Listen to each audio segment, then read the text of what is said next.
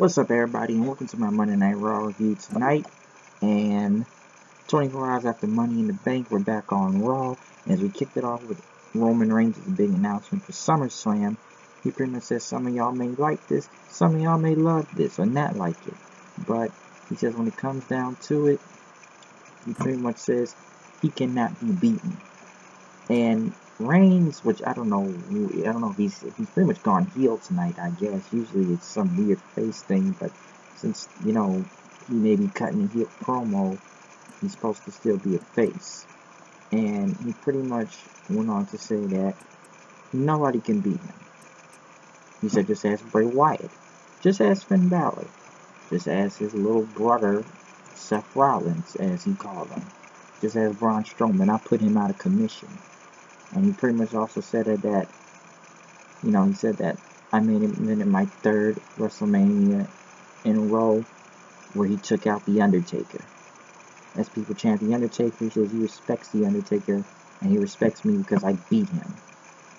And he pretty much says that he doesn't care if it's Lesnar or if the guy they call Joe at SummerSlam. He's the #1 contender for the Universal Championship, and that's gonna go because it's his yard. And he makes the rules. So Roman Reigns went heel tonight, I guess, after what? The only heel promos they really see him do was before WrestleMania, the night after WrestleMania, and that was it. Everything was just face on. Next week he'll cut a promo like a face, so get ready for that. But if Samoa Joe came out here, he says, and here's the thing, they said Samoan. They didn't say Samoan, they kept saying Samoan Joe for some reason. And he headed to the ring and says, you forgot my name and everything. And I feel offended. You say you didn't beat everybody, but you ain't beat me, as he put it. I'm the #1 contender, and I'm going to be the next Universal Champion. But Reigns says, he never thought he agreed with Paul Heyman. You're never Samoa Joe to me. You're just Joe. There's a lot of just Joe jokes are made around. Samoa Joe pretty much headbutted him and went to beat up Roman Reigns then.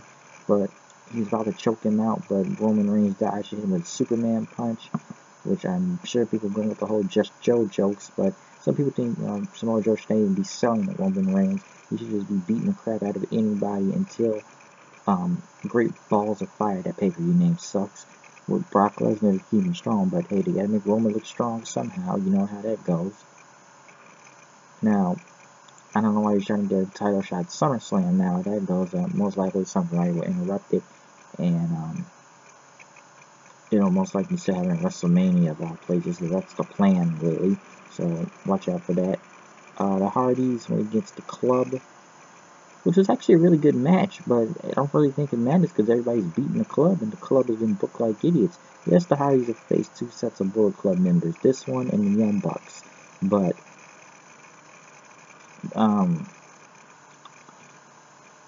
it's just, I don't know, Gallows and Anderson, they've been wasted so many times, it just doesn't make any sense anymore. It was a good match, but they just got beaten like it was nothing. That was the thing about that. They just got beaten. Matt did his delete chance, and that was it.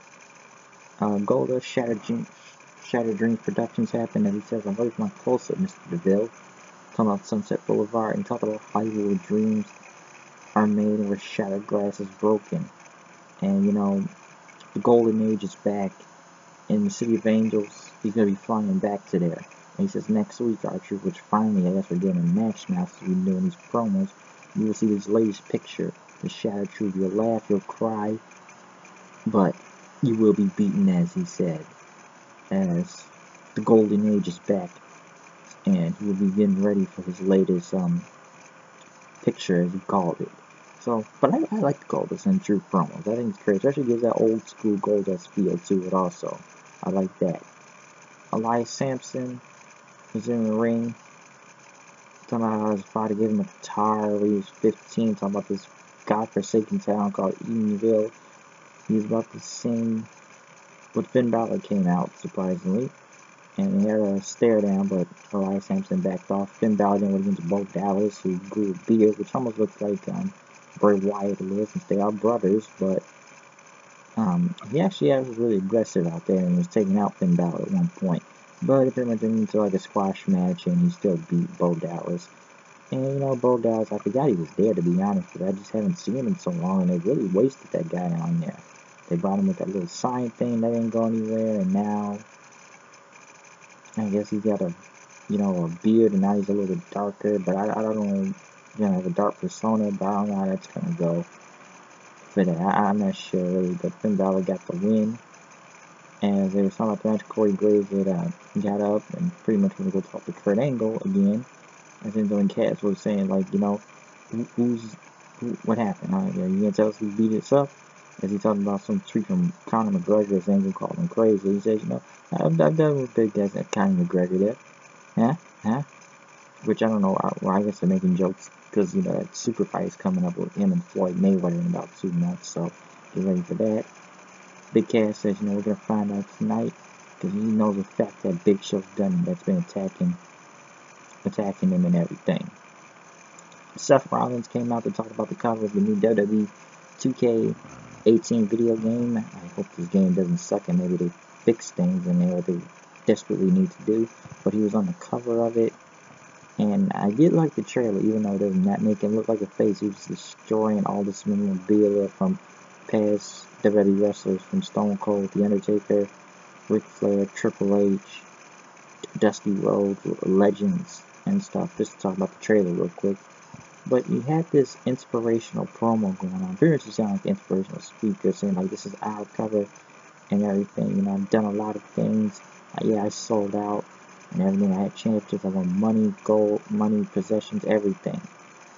As fans chanting, you deserve it for it. He says, you fans gave me a second chance. He said, this is our cover. Just like the tagline says, be like no one, because this is our cover, and it will be defined today, tomorrow, and our future, as he puts it. Until Bray Wyatt, once again, just rambles on his promo, talking about you're the architect, you're not an individual, talking about your material possessions. You're just a corporate banner, as he puts it. He's going to take Seth's soul and everything. And he says it's time to make a sacrifice. As he came out, Seth did a crossbody and landed on him. And he says, I'm here now. So that's your sacrifice. And it was a good promo, I'll say that. I'm really not a fan of the whole Seth versus Bray, because it's Bray doing his little promos like usual, which we know he's going to lose in the end.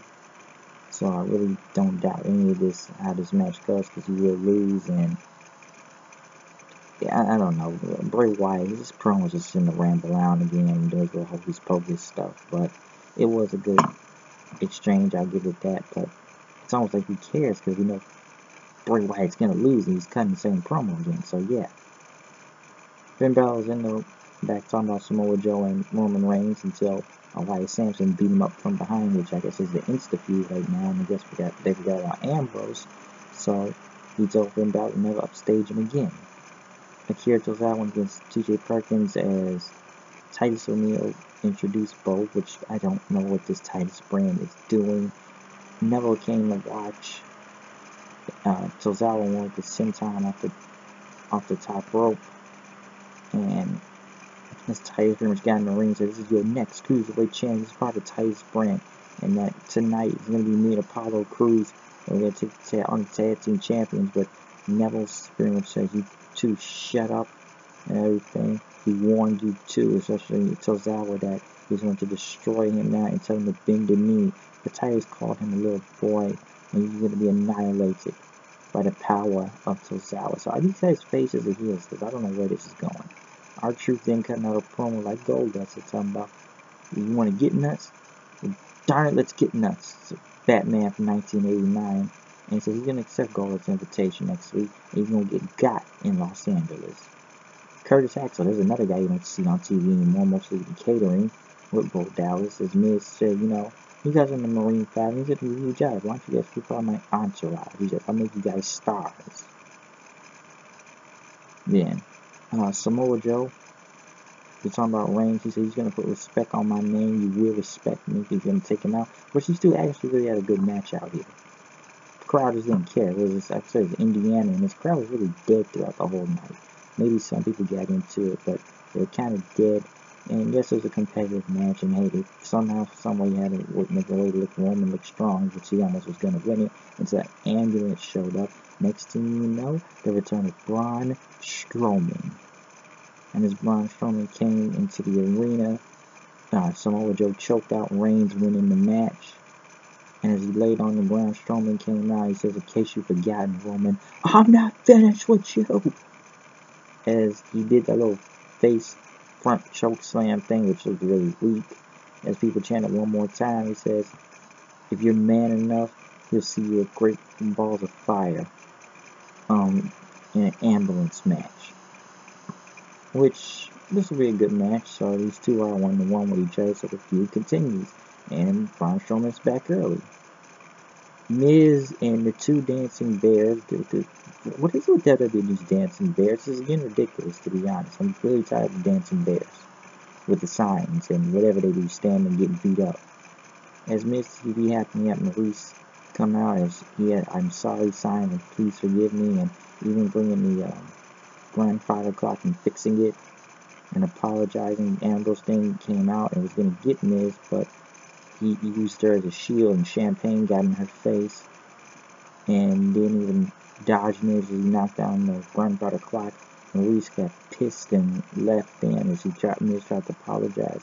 Next thing you know, Ambrose took out Miz out of the ring, and then the Bears attacked them, which was Bo Dallas and Curtis Axel. So I'll give this thing right here. They beat him up, and then Miz him skull crushing finale. And you know, it's good that Bo Dallas and Curtis Axel are doing something instead of just standing around doing nothing most of the time. And I guess be Miz's henchmen, but this Miz and Ambrose feud is going on longer than that. And since they've forgotten about Elias Sampson there, I guess they're going to replace him with these two as the Dancing Bear entourage. I don't know where this will go, but yeah. Sheamus and Cesaro went against Cruz and Titus O'Neil, which I, for some reason, I don't know if they had a title shot, but it was pretty much quick. Sheamus and Cesaro won. Nothing much to say from here as the Hardys looked on in the back. There was a video package for Samoa Joe and Brock Lesnar. They did sit-down interviews, which was really good, which is usually those are really good ones, especially when I guess you have Lesnar talking, almost like a UFC style type of thing. So they're actually really good when you put them, you know, just in a sit-down interview.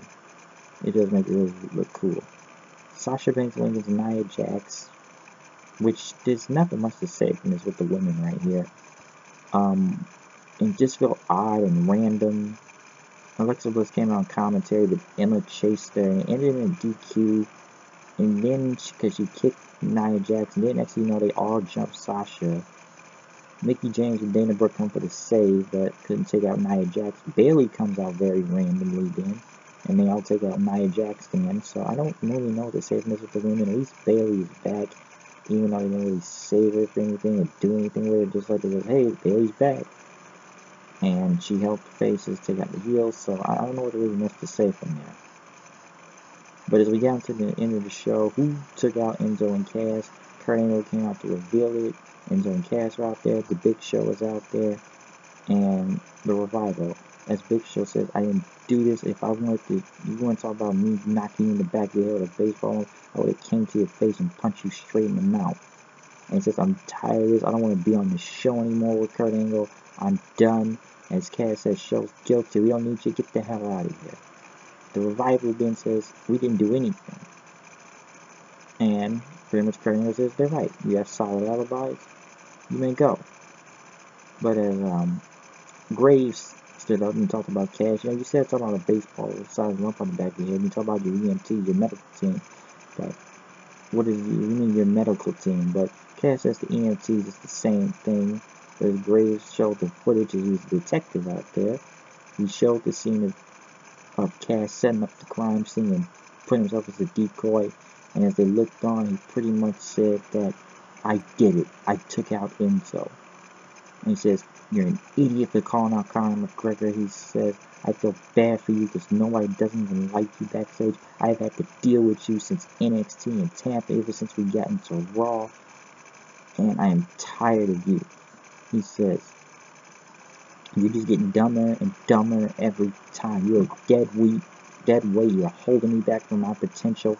I should be a champion in WWE. I should have success. I'm a star. I'm the future. This is where the money is right here. Your mouth is right checks that your ass can't cash, as he told Enzo. Even Enzo with a tear coming down his face also. And that Cash just looked at him and he says, you know, we're not even partners anymore. We're nothing, okay? I'm done with you. I'm dropping you. And, you know, because we're through. And he kicked Enzo in his head and took his soft shirt off and left him. And I'll say this has been an odd story in the beginning with whoever took out Enzo and Cash. I don't think a lot of people cared. And Corey Graves was just being a detective throughout the whole thing because he got all the information. But when I'll say this, Cash's promo was very solid. It was great. And I don't know where this is going to go. I guess Cash is going to be a big star now since he's healed. And yeah, that makes one less tag team, but then a lot of these tag teams going over anyways. And these tag two only here for a year, and they never even got the titles on Raw.